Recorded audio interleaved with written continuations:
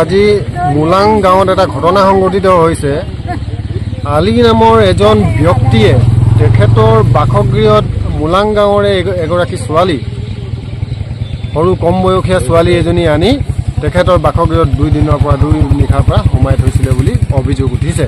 আৰু এই অভিযোগ অনুসৰি আমি এটা কথা ক'বলৈ বিচাৰিছোঁ, আমি অসম জাতীয়তাবাদী যুৱ ছাত্ৰ পৰিষদ, যিহেতু মই এইখন গাঁৱতে মই বসবাস কৰোঁ, এটা কথা স্পষ্টৰূপে ক'ব বিচাৰিছোঁ, এই যে ঘটনা সংঘটিত হৈছে ইয়াৰ কিন্তু উচিত তদন্ত হ'ব লাগিব। মাৰ্ঘেৰিটা সমজিলা প্ৰশাসনে এই ঘটনাৰ যদি উচিত তদন্ত নকৰে, এই ঘটনা যদি কোনোবাই গাপ দিবলৈ বিচাৰে, ইয়াত কিন্তু ভয়ংকৰ পৰিস্থিতিৰ সৃষ্টি হ'ব। আমি কিন্তু সৰ্বসাধাৰণ আমাৰ যি গাঁৱলীয়া ৰাইজ আছে, এই ৰাইজক লৈ কিনি কিন্তু আমি ৰাজপথত আন্দোলন কৰিম, নানা ধৰণৰ কাৰ্যসূচী ল'বলৈ আমি বাধ্য হ'ম।